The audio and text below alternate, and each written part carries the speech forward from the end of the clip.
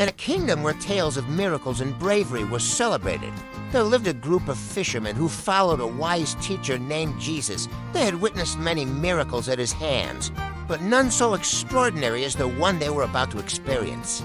One evening, after a long day of teaching and healing, Jesus told his disciples to get into a boat and cross to the other side of the lake.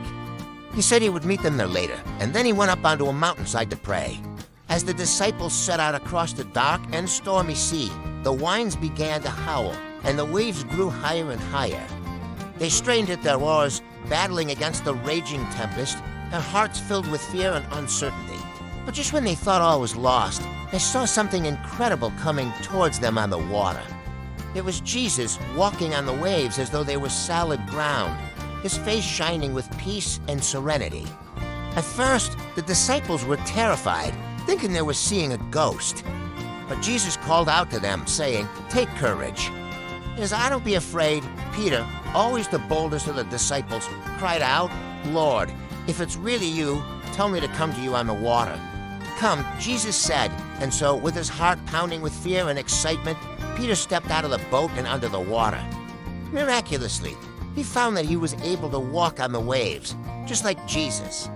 But then, as Peter looked around at the wind and the waves, he began to grow afraid, and he started to sink beneath the surface of the water. "Lord, save me," he cried out. Immediately, Jesus reached out his hand and caught hold of Peter, pulling him up from the depths of the sea.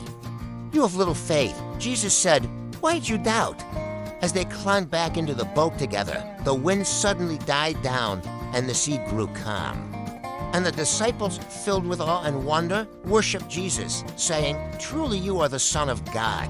And so the tale of Jesus walking on water spread throughout the land, a timeless reminder of the power of faith and courage to overcome even the greatest of obstacles.